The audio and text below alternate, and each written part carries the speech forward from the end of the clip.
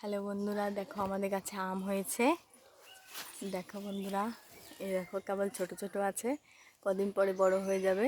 এটা হিমসাগর গাছ, আর এটা দেখো আম্রপলি। এই দেখো বন্ধুরা,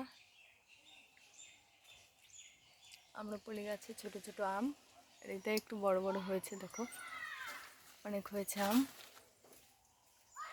এই দেখো বন্ধুরা, আম হয়েছে ডালে, পুরো গাছে হয়েছে।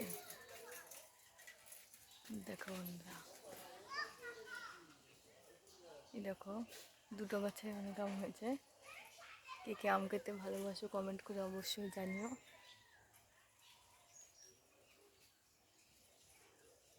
দেখো বন্ধুরা,